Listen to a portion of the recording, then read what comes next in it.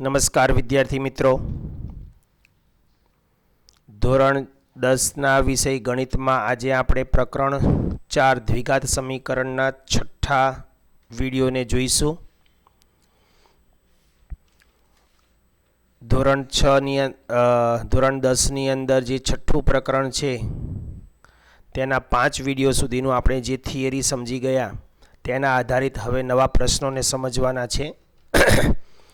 તો ઉદાહરણ નંબર 15 વ્યવહારુ રકમ છે. એક મોટર બોટની શાંત પાણીમાં ઝડપ આપેલી છે 18 કિલોમીટર પ્રતિ કલાક. મિત્રો ધ્યાન આપજો, અહીંયા તમને મોટર બોટની શાંત પાણીમાં ઝડપ આપી છે. મોટર બોટને આપણે હોડી પણ કહી શકાય. તો હોડીની મૂળ ઝડપ લખો અથવા શાંત પાણીમાં ઝડપ એમ લખો તો પણ ચાલે. હોડીની શાંત પાણીમાં ઝડપ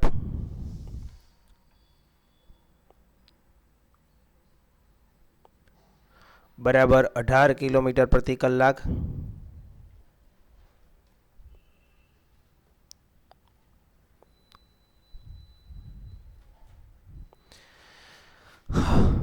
મોટર બોટ પાણીમાં ચાલે છે તો હવે તમારે પ્રવાહની ઝડપ ધારવાની છે. અહીંયા ધારો કે પાણીના પ્રવાહની ઝડપ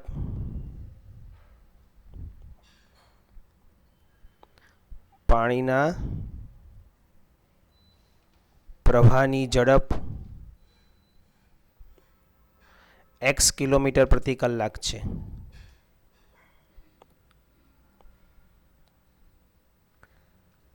ચેપ્ટર નંબર 3ની અંદર પણ હોડી અને પ્રવાહવાળા દાખલા આવે છે. જો કે વ્યવહારુ રકમો હવે તમારા 70% કોર્સમાંથી નીકળી ગયા છે, પરંતુ મેં અગાઉ તમને 100% કોર્સ ભણાવ્યો હતો તેમાં સમજાવેલું હતું. તો ચેપ્ટર નંબર 3 હોય ને તો એમાં બંનેની ઝડપ આપણે ધારવી પડે. ચેપ્ટર 4માં એક ઝડપ આપેલી હોય ને બીજી ઝડપ શોધવાની આવે. બસ આટલો ડિફરન્સ છે બંનેના પ્રશ્નોની અંદર. હવે મોટર બોટ 18 કિલોમીટર પ્રતિ કલાકની ઝડપથી ચાલે છે અને પ્રવાહની ઝડપ આપણે x કિલોમીટર પ્રતિ કલાક લીધો. હવે 24 કિલોમીટરનું અંતર પ્રવાહની સામી દિશામાં કાપવાનું છે. તો સામી દિશામાં ઝડપ કેટલી થઈ જશે? સામી દિશામાં જશે એટલે મોટર બોટને પાણીનો અવરોધ લાગશે સામી દિશામાં. એટલે x જેટલો ઘટાડો થાય 18 કિલોમીટર પ્રતિ કલાકમાં, x કિલોમીટર પ્રતિ કલાક જેટલો એને ધક્કો લાગે એટલે એટલો ઘટાડો થાય સામી દિશામાં.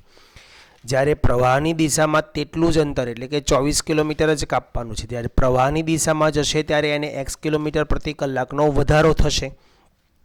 તો આપણે પહેલાં એ બે વાક્યો લખવા પડશે. તો સામી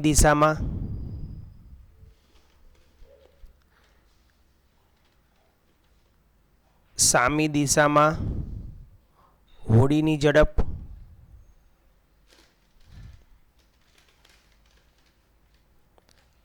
બરાબર 18 - x કિલોમીટર પ્રતિ કલાક.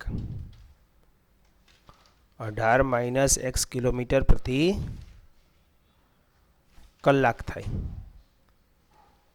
હવે સામી દિશામાં ચાલવાનું છે કેટલું? આપણે 24 કિલોમીટર.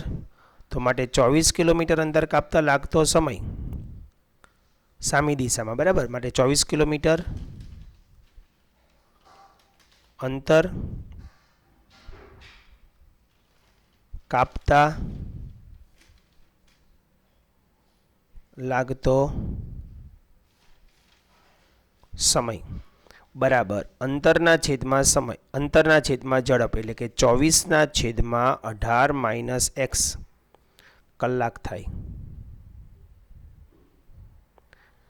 ઓકે, ત્યાર પછી હવે હોડીને આપણે પ્રવાહની દિશામાં લઈ જવાની છે. તો પ્રવાહની દિશામાં લઈ જઈએ તો પ્રવાહની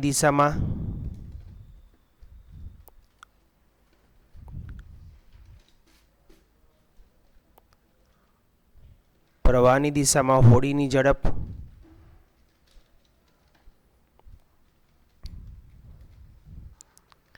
પ્રવાહની દિશામાં હોડીની ઝડપ 18 + x થશે કિલોમીટર પ્રતિ કલાક. કારણ કે પ્રવાહની દિશામાં પ્રવાહ એને સાથે સાથે લઈ જાય હોડીને, એટલે એટલો વધારે ધક્કો લાગે, સ્પીડ વધે મતલબ. તો 24 કિલોમીટર અંતર કાપતા લાગતો સમય એટલું જ અંતર કાપવાનું છે, એટલે 24 કિલોમીટર અંતર કાપતા લાગતો સમય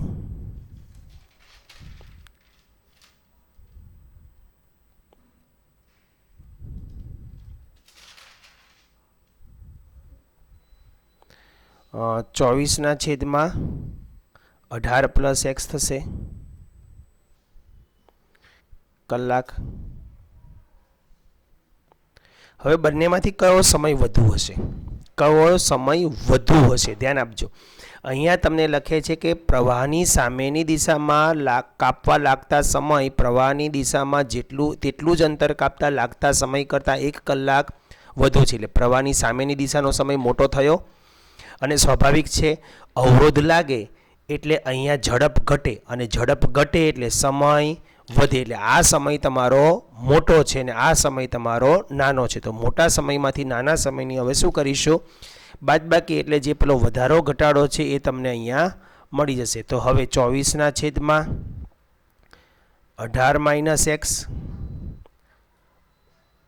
બરાબર નહીં આવે, પણ 24ના છેદમાં 18 પ્લસ એક્સ બરાબર કરો તો પણ ચાલે. તો અહીંયા +1 કરવા પડે, અને બાદબાકી કરશો અહીંયા તો ઇઝ ઇક્વલ ટુ 1 કરવા પડશે. અહીંયા માઇનસ રાખશો તો ઇક્વલ ટુ અહીંયા આવશે 1.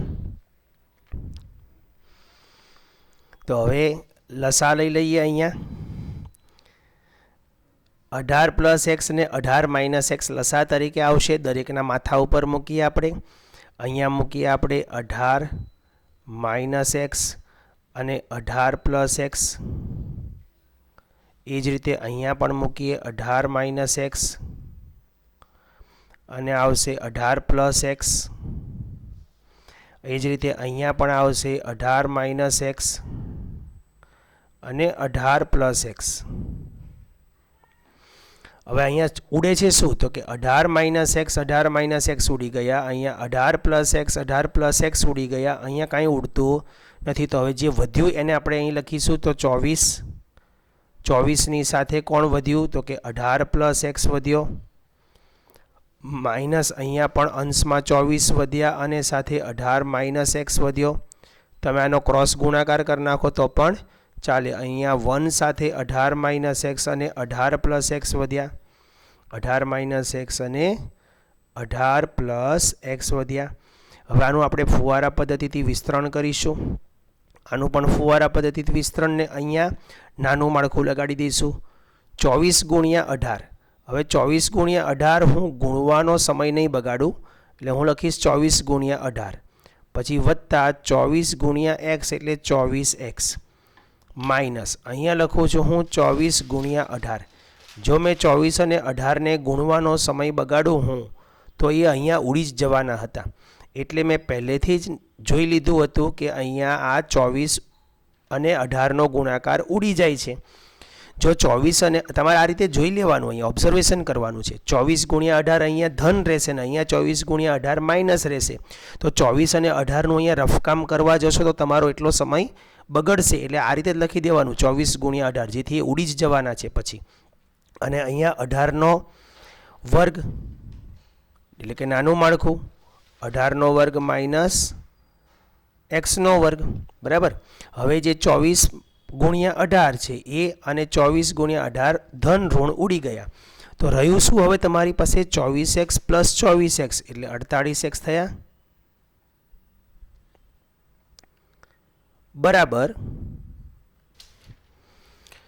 18નો વર્ગ અહીંયા કરીએ. 18નો વર્ગ આવશે 324 અને માઇનસ એક્સનો વર્ગ. હવે આ પદાવલીને આપણે ક્રમમાં ગોઠવીશું, મતલબ એક્સનો વર્ગ ધન રાખીશું. તો હું એક્સના વર્ગને ધન બનાવું છું, એટલે એને આ બાજુ લાવું છું. તો 48x આ બાજુ ધન જ છે તો વત્તા 48x, અને 324ને પણ આ બાજુ લાવું છું તો માઇનસ 324 ઇઝ ઇક્વલ ટુ 0. હવે અહીંથી આગળની પ્રોસેસ તમારે જાતે કરવાની છે. હવે એ તમે અવયવીકરણથી કરશો તો પણ ચાલશે અને વિવેચકનો ઉપયોગ કરીને કરશો તો પણ ચાલશે. તો અહીંથી આગળની પ્રોસેસ તમારે કરવાની રહેશે. એ અવયવીકરણ, આગળ ઉકેલ જાતે મેળવવાનો,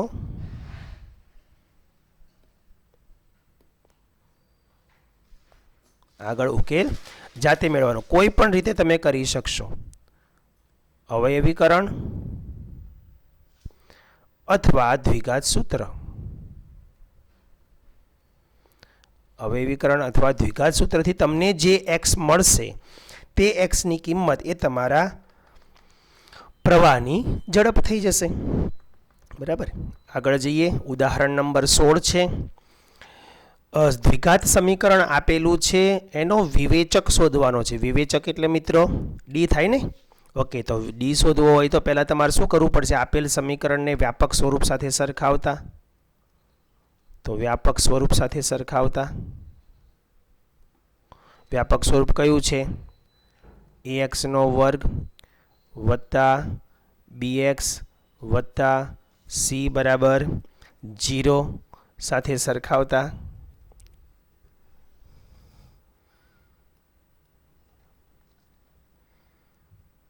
સાથે સરખાવતા. a બરાબર આવશે 2, b બરાબર આવશે -4 અને c બરાબર આવશે 3. હવે અહીંથી તમારે ખાલી વિવેચક જ શોધવાનો કે છે. વિવેચક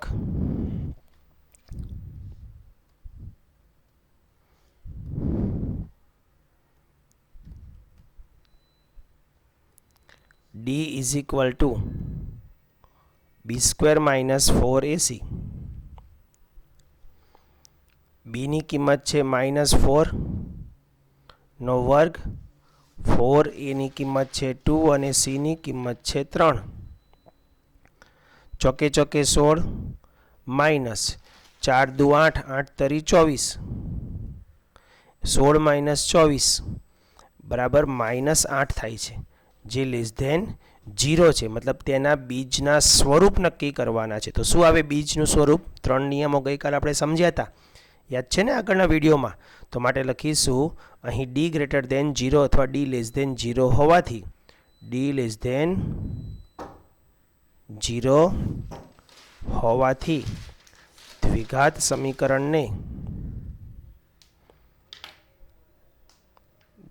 સમીકરણને બીજ અસ્તિત્વ ધરાવતા નથી.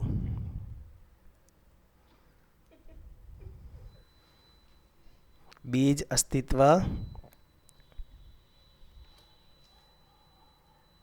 ધરાવતા નથી.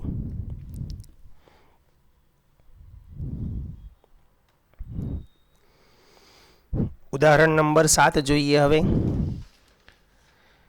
13 મીટર વ્યાસવાળા એક વર્તુળાકાર બગીચાની સીમા ઉપરના એક બિંદુએ એક થાંભલો એવી રીતે લગાવેલ છે કે જેથી આ બગીચાના એક વ્યાસના બંને અંત્ય બિંદુઓ A અને B આગળ બનેલ ફાટકથી થાંભલાના અંતરનો તફાવત 7 મીટર હોય. શું આ શક્ય છે? જો હા, તો બંને ફાટકથી કેટલે દૂર થાંભલો લગાવેલો હોવો જોઈએ? તો મિત્રો પહેલાં આપણને એક વર્તુળની વાત કરે છે, તો હું એક વર્તુળ દોરીશ. 13 મીટર વ્યાસવાળું એક વર્તુળ. હું થોડુંક વર્તુળ મોટું દોરીશ એટલે તમને વધારે ખ્યાલ આવે. 13 મીટર વ્યાસવાળો એક વર્તુળાકાર બગીચો છે. એટલે આ એક વર્તુળાકાર બગીચો છે. હવે ધ્યાન આપજો અહીંયા ખાસ. વર્તુળાકાર બગીચાની સીમા ઉપર, સીમા એટલે આ જે બ્લેક બોર્ડર છે ને એ સીમા કહેવાય. એ સીમા ઉપર એક બિંદુ છે. આપણે બિંદુનો કલર કોઈક અલગ લઈશું. તો પહેલાં વર્તુળનું કેન્દ્ર લઈ લઈએ. એપ્રોક્સ આ આવશે વર્તુળનું કેન્દ્ર. બરાબર. હવે કોઈ એક બિંદુ છે સીમા ઉપર, એટલે અહીંયા એક બિંદુ છે અને તે બિંદુએ એક થાંભલો છે. એટલે આ જગ્યાએ શું દોરેલો છે? થાંભલો ઊભેલો છે, મતલબ થાંભલો ઊભો કરેલો છે. ઓકે, આ બિંદુએ થાંભલો છે. હવે આગળ શું કહે છે તે જોઈએ. જેમ જેમ લખ્યું છે એ રીતે આપણે કામ કરશું તો વધારે સમજણ પડશે. વર્તુળાકાર બગીચાની સીમા ઉપર એક બિંદુએ એક થાંભલો છે. એટલે આ બિંદુએ એક થાંભલો લઈ લીધો. થાંભલાને પી પોલ કહેવાય એટલે હું ત્યાં પી નામ આપું છું, પોલ પી છે. અને આ કેન્દ્રને આપણે નામ આપી દઈએ ઓ. જેથી આ બગીચાના એક વ્યાસના બંને અંત્ય બિંદુઓ એ અને બી. હવે મારે અહીંથી એક વ્યાસ દોરવાનો છે, તો વ્યાસ દોરવા માટે પાછી એક સીધી લાઈન લઈ લઈશું આપણે.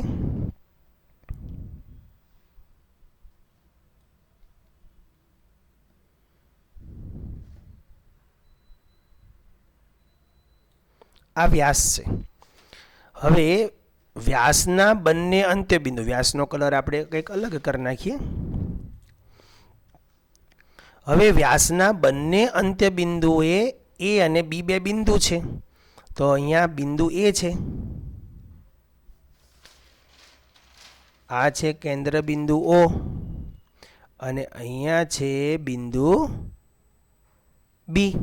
વ્યાસના બંને અંત્યબિંદુએ એ અને બી બે બિંદુ આવેલા છે, અને આ જગ્યાએ બનેલ ફાટક છે. ફાટક એટલે ખબર પડે, આ બગીચામાં ઘૂસવા માટેનો રસ્તો, મતલબ બગીચાની અંદર આવવા માટેનો અહીંયા એક રસ્તો છે.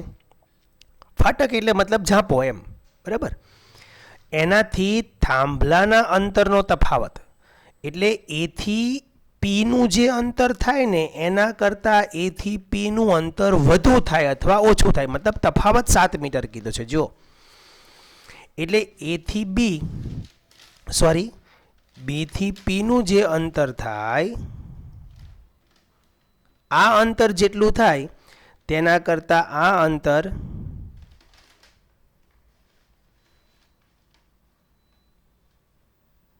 અલગ થાય, એમ 7 મીટરનો તફાવત રહે બંને વચ્ચે. તો આને આપણે એક્સ ધાર લઈએ, તો આ કેટલું થાય એના કરતાં મોટું લઈ લઈએ, એક્સ વત્તા 7 અથવા એક્સ માઇનસ 7 પણ તમે લઈ શકો, તફાવત છે એટલે કોઈ પણ રીતે ચાલે. અને બગીચાનો વ્યાસ આપેલો છે 13 મીટરનો. આ માપ તમારી પાસે 13 મીટર છે. હવે ધોરણ 9ની અંદર એક નોંધ હતી, આપણે લખેલી હતી અને યાદ હશે કે આ વર્તુળ છે અને આ વ્યાસથી તેનો આ નીચેનો ભાગ અર્ધવર્તુળ છે.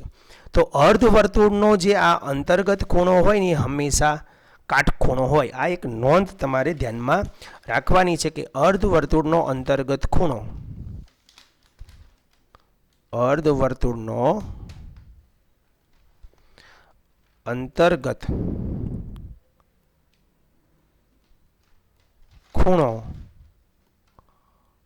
હંમેશા કાટખૂણો થાય. અર્ધવર્તુળનો અંતર્ગત ખૂણો હંમેશા કાટખૂણો હોય. લઘુચાપનો અંતર્ગત ખૂણો ગુરુકોણ હોય, ગુરુચાપનો અંતર્ગત ખૂણો લઘુકોણ હોય. આ બધા મુદ્દા આપણે ધોરણ 9ની અંદર સમજી ગયા હતા. બસ એને આધારે અહીંયા 9 અંશ બન્યો, મતલબ એપીઓ કેવો ત્રિકોણ બન્યો? કાટકોણ ત્રિકોણ બન્યો. તો હવે અહીંયા એની વિગત લખીને, મતલબ ધારો કે લખવું પડશે આપણે પહેલાં. તો કે ધારો કે ઓ કેન્દ્રિત વર્તુળ છે, એટલે આને ઓ કેન્દ્રિત વર્તુળ ઓ, અને ત્રિજ્યા આપણને આપેલી છે 13, વ્યાસ 13 મીટર છે, તો 13/2 વર્તુળ.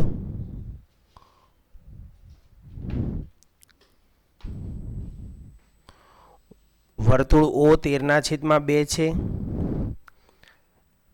એ બી બરાબર વ્યાસ બરાબર આપેલો છે તમને 13 મીટર. પી બિંદુ થાંભલો છે. એપી બરાબર આપણે એક્સ વત્તા 7 ધાર્યું. પહેલાં એ બી લખી લઈએ, સોરી પીબી.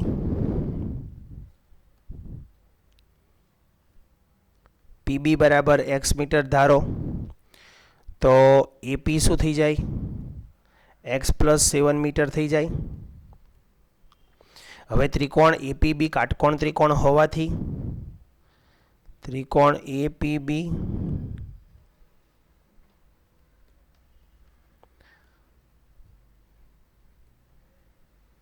કાટકોણ ત્રિકોણ હોવાથી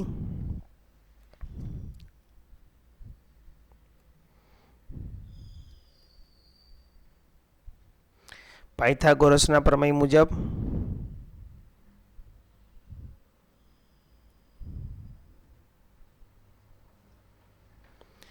AB સ્ક્વેર એ કર્ણ થશે ને.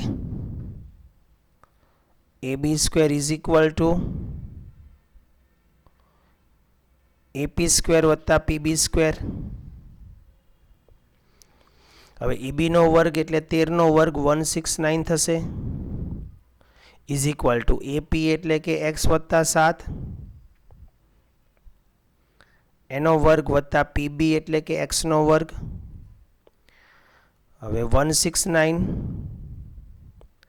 ઇઝ ઇક્વલ ટુ અહીંયા વિસ્તરણ કરો, એક્સનો વર્ગ વત્તા 7 દુ 14x વત્તા 7 7 49 અને વત્તા એક્સનો વર્ગ. લાંબુ વિસ્તરણ કરવાનું છે, ધ્યાન આપજો, મોટું માળખું લખવાનું. 169 બરાબર એક્સ વર્ગ 2x વર્ગ થાય વત્તા 14x વત્તા 49. હવે આ 169 ને અહીંથી આ બાજુ લઈ લો તો લખીશું આપણે 2x વર્ગ વત્તા 14x વત્તા 49 માઇનસ 169 બરાબર 0. તો 2x વર્ગ વત્તા 14x માઇનસ 120 બરાબર 0. હવે 2 સામાન્ય કાઢ લો બધેમાંથી, એટલે x વર્ગ વત્તા 7x માઇનસ 60 બરાબર 0. હવે અહીંથી આગળની પ્રોસેસ તમારે કરવાની. 60ના એવા અવયવ પાડો, બાદબાકી કરતાં 7 આવે, 12 5 60, 12માંથી 5 જાય તો 7 આવી જશે. બરાબર, અવયવીકરણથી કામ કરશો તો પણ ચાલશે અને શ્રીધર આચાર્ય અથવા તો દ્વિઘાત સૂત્ર ઉપર વાપરશો તો પણ ચાલશે. દ્વિઘાત સૂત્ર અને શ્રીધર આચાર્યનું સૂત્ર પણ કહેવાય, હો, ધ્યાન આપજો, શ્રીધર આચાર્ય. ઓકે, તો અહીંયા આપણે કોઈ પણ કામ આગળ કરી શકશો. શૂન્ય શોધવાનું, આગળ જાતે ગણવાનું છે. શૂન્ય શોધેલી જાય એટલે તમારે મોટો જવાબ ફરજિયાત લખવાનો છે. તો માટે બંને ફાટકથી કેટલે દૂર થાંભલો હશે, તો જે પીબી શોધી લેવાનો, 1x મળી જશે ને એ એક્સમાં 7 ઉમેરશો એટલે તમને આ બંનેથી મોટો જવાબ મળશે. બરાબર, મોટા જવાબ માટે ખાસ ધ્યાન રાખજો કે એક્સની જે કિંમત મળે એ ઉપર જે ધારેલું હોય એ બંને વિભાગમાં મૂકવું પડશે. ત્યાર પછી છે ઉદાહરણ નંબર 18. સેમ પ્રોસેસ છે. સમીકરણ તમને આપી દીધું છે, 3x વર્ગ માઇનસ 2x, વ્યવહારુ રકમ નથી ખાલી, વત્તા 1/3 બરાબર 0 નો વિવેચક શોધવાનો છે ને તે પરથી સમીકરણના બીજનું સ્વરૂપ પણ નક્કી કરવાનું છે. હવે જો આને આમને આમ રાખીને એની કિંમત 3, બીની કિંમત -2 ને સીની કિંમત 1/3 રાખીને કરશો તો પણ ચાલશે, અથવા 3ને લસા લઈને કામ કરશો તો પણ ચાલશે. આપણે લસા લઈને કામ કરીએ એટલે શું છે, કામ થોડુંક સરળ પડે. લસામાં છેદમાં 3 છે એટલે 3 દરેકના માથે મૂકો, 3 અહીંયા મૂકો, 3 અહીંયા મૂકો અને 3 અહીંયા મૂકો. તો કયો 3 ઉડી જશે? આ છેદનો 3 આની સાથે ઉડશે. તો હવે વધ્યું શું? તો સમીકરણનું નવું સ્વરૂપ તમારું બનશે 3 તરી 9x વર્ગ માઇનસ 3 દુ 6x અને વત્તા 1 બરાબર 0. હવે આને વ્યાપક સ્વરૂપ સાથે સરખાવો.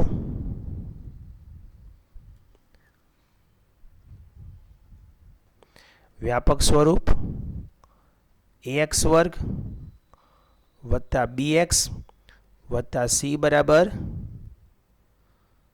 0 સાથે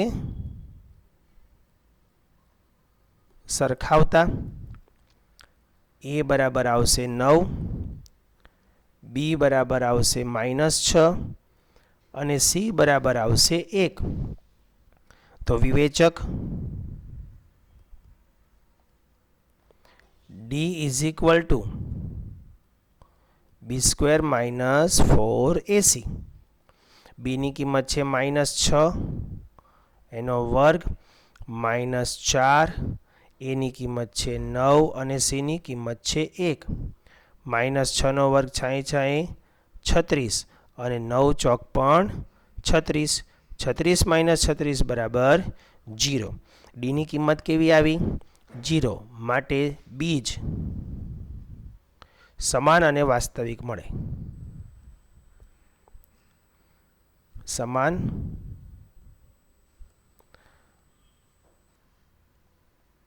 અને વાસ્તવિક મળશે. તો બીજ સમાન અને વાસ્તવિક મળે તો પછી બીજ શોધવાના છે ને. શું આવશે? આલ્ફા અને બીટા બે સમાન બીજ છે, -b/2a સ્વરૂપમાં. તો -b એટલે માઇનસ સૂત્રનો, બીની કિંમત -6 છે અને છેદમાં 2 અને એની કિંમત 9 છે. તો શું આવશે?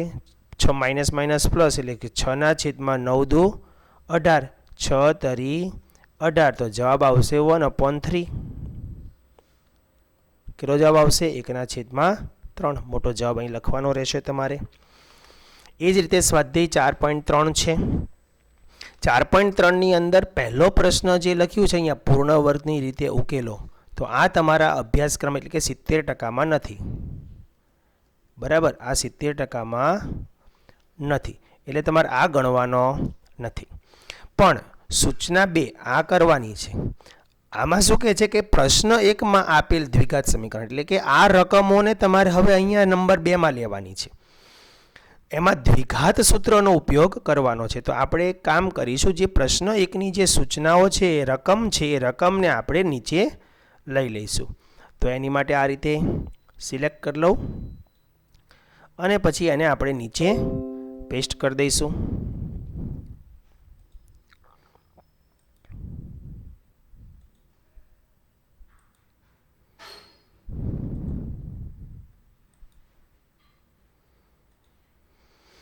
હવે આ જે રકમ છે એ જ રકમનો ઉપયોગ આપણે અહીંયા કરવાનો છે. રકમોને થોડીક છૂટી પાડી દઈએ. આમાંથી મોટાભાગની રકમ તમારે હોમવર્કમાં આવી જશે. એટલે હવે આ રકમને તમારે ઉપયોગમાં લેવાની છે, બસ, બીજું કાંઈ નહીં. તો તમારે પ્રશ્ન 1ની સૂચનાને જોવાની હવે નથી. પ્રશ્ન 2ની સૂચના શું છે? દ્વિઘાત સૂત્રનો ઉપયોગ. એટલે પ્રશ્ન 1માં જે રકમો છે ને એને મેં નીચે લઈ લીધી કોપી પેસ્ટ કરીને.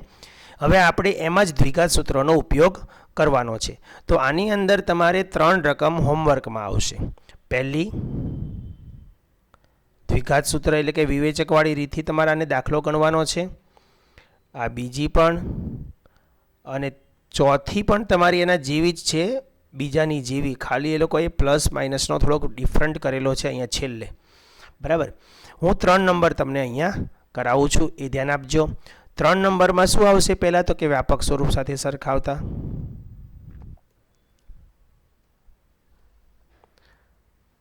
વ્યાપક સ્વરૂપ સાથે સરખાવતા. વ્યાપક સ્વરૂપ સાથે સરખાવો તો તમને શું મળશે? a = 4, b = 4 વર્ગમૂળમાં 3 અને c બરાબર આવશે 3. હવે વિવેચક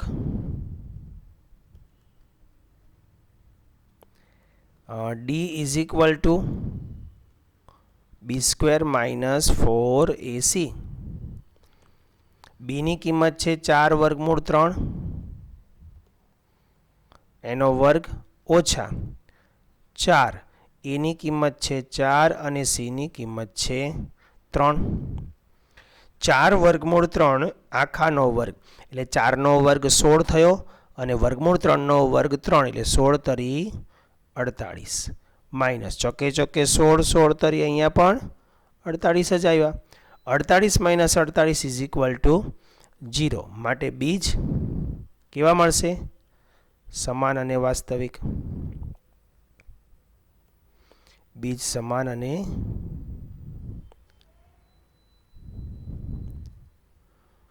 વાસ્તવિક મળશે. હવે જો બીજ સમાન અને વાસ્તવિક મળે તો એ બે બીજ કયા હશે? તો કે આલ્ફા બીટા = -b/2a. તો -b એટલે કોણ? તો કે માઇનસ, અને b ની કિંમત કેટલી છે? તો કે 4 વર્ગમૂળમાં 3.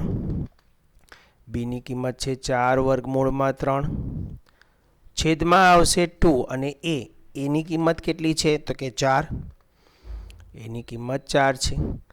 અહીંયા -4 વર્ગમૂળ 3 રહેશે અને છેદમાં 4 × 2 = 8 કરો અને પછી આની સાથે ઉડાડો તો 2 × 2 = 4 થશે. તો મતલબ -વર્ગમૂળમાં 3 ને છેદમાં આવશે 2.